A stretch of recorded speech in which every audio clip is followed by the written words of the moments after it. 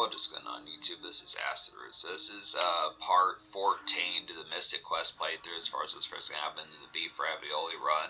Now, the actual thing about it is, I'm saying it's part 14, but the pitch behind it, when I combine like these past series of episodes into like the Megaton episode that comprises like the Beef Ravioli mix, it's probably going to be like part 9 or part 10. I don't remember which one I was on back in 2022 was within the pitch of it. So yes, we are at the final dungeon, the snow part of the stage as far as this pitch can happen. So we're fighting boss 2 of 5, basically the pitch behind it, having to fight the main 4 bosses that guard the crystals throughout the game one additional time. But the thing I noticed about the pitch behind it, I don't remember what happened when I fought like the Bone Dungeon boss. I think he had a different name as well, but particularly it's not a snow golem this particular time. When we get to this boss later on in the episode, it's actually like a stone golem. So it's just in the pitch as far as saying they enhanced it so you can't just use like the fire attack and be able to maul the particular boss. It's just in the pitch. So basically the rendition these particular boss characters here is they're a little bit tougher obviously within the pitch behind it, but it's just kind of the fair that I mean, I did actually get some game overs within some of these type of aspects. Now, the thing about it was my phone ran out of space. This is a little bit lengthier an episode than what I've been doing for like the normal type pitch, but usually these have been about 8 or 9 minutes. This one was going to be a little bit longer than 11 minutes or approximately 11 minutes, but the pitch behind it was just within the fair as far as saying that my phone ran out of space. Now, luckily, the thing about it was I didn't realize that particular concept until I had really tore into the boss, but the good news is that I did not beat the stone golem before realizing that my phone was out of space. It's just a pitch as far as saying that would have been probably pretty annoying if I had done that, because I probably would have had to reset the machine or something like that. I mean, luckily I did save before like attempting that boss, but it's just within the pitch as far as saying, I mean, sometimes, I mean, within those pitches, you just would have to say within the format that those are kind of real bastard of events when you save. That's what sabotaged the Mystic Quest playthrough I did back in 2021, was just the fashion that I did not have a save file, or I saved over some sort of fashion that happened within the sabotage of it, and I don't want to deal with that again. Definitely, I mean, the other 2 save files that I have are way back. I mean, you would say, well, why don't you just save to like 3 different files? But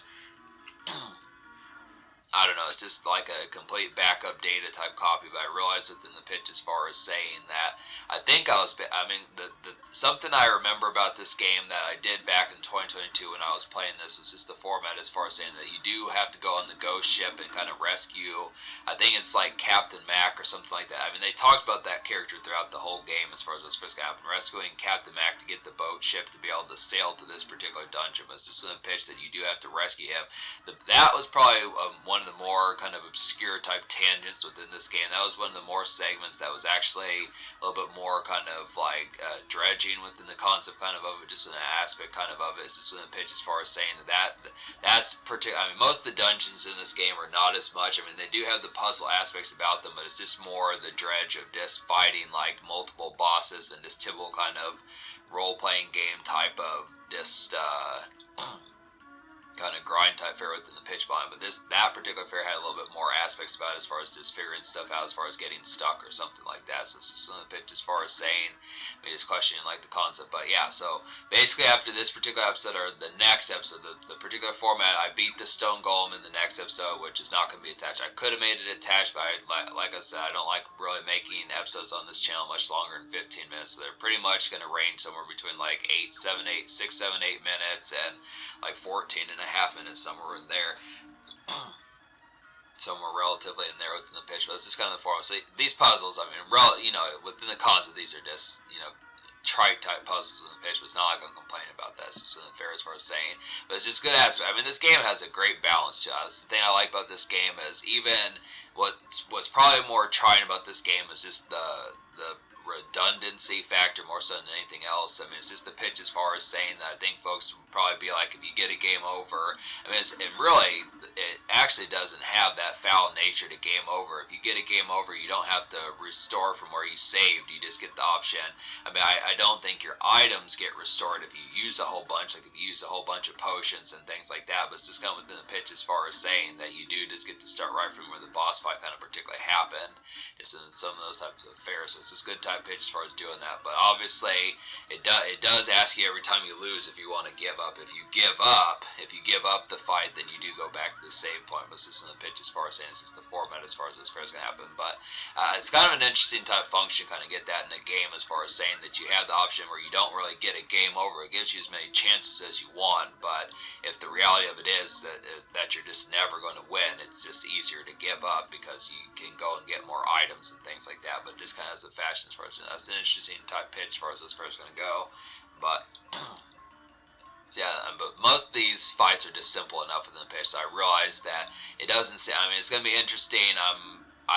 Another particular area that I do remember kind of was a gripe for me that probably would piss me off nowadays. I mean, despite the fact that I played through that particular wind tower area 3 years ago, I think it would probably piss me off to play through that particular area again within some of those type pitches. I just had to say it'd be the format kind of amongst it, so I just would have to say it's going to be interesting to get to that later. Just fighting like that Pazuzu boss, the wind bird as far as this is going to happen, just being able to say as to what's going to happen there, just kind of within the formatting of like wondering what I get the feeling that's the penultimate boss in the game, because I think the last boss is like the Dark King as far as this is going to happen. It's just within the pitch as far as saying, but I just question. I do remember the dragon boss from the volcano being pretty annoying as well. I mean, I did that one back in 2018, but it's just within the pitch as far as saying it's just going to be interesting to get towards that, because basically there's just 3 more boss fights than that. It virtually takes care of it.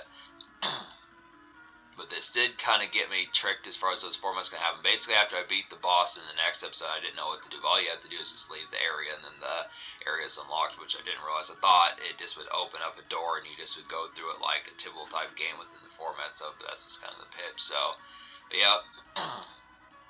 So the standard type fare here within some of these type formats within the aspect kind of it. I just look after here, just being able to say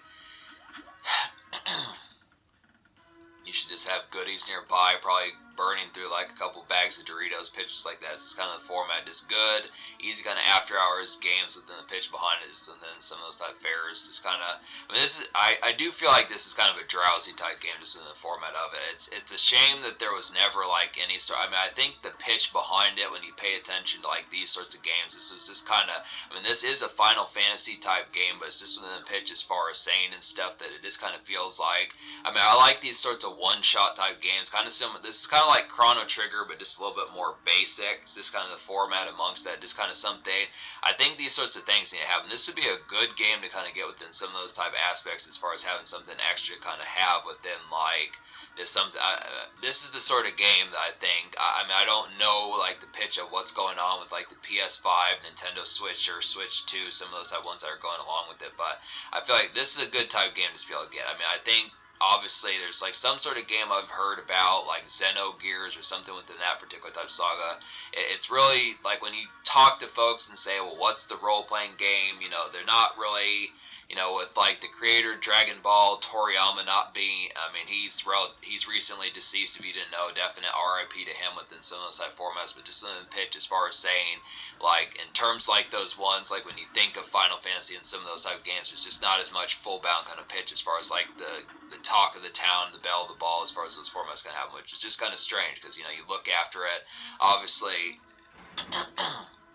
like Chrono Triggers, the Bomb Diggity, some of those type of ones, but there's just not offshoots to some of those. I feel like Final Fantasy just doesn't have the same bite that it did, and that's strange, because these games, I mean, you fuck with this game, it's just like, this is dope as hell. You just would definitely have to say it's the same sort of thing. Final Fantasy 4 is dope as hell. Final Fantasy 6 is probably a superbly excellent game, just brilliant game there. Final Fantasy 7, obviously, for the PlayStation is real excellent. Final Fantasy 8 is real excellent, some of those type of ones. But the ones, these old-fashioned type ones, are really dope as hell within some of those type formats. Just being able to get towards it, you just have to stay within the aspect kind of it. But yeah, so definitely when talking about the game here, as far as these fairs, you want to use like an attack. Like the white spell just works best. I mean, I realize it's kind of basic and it's not going to be too inventive as far as seeing other attacks and stuff. But the thing about this particular fair is these characters can get one-shot pretty quickly. That Stone Golem is actually pretty damn strong within the pitch behind us. This is the fair that you want to get rid of like his sub-dudes as far as this pitch can happen, is being able to say he can knock out Phoebe, who doesn't level up in pretty quick fashion, and that's not good.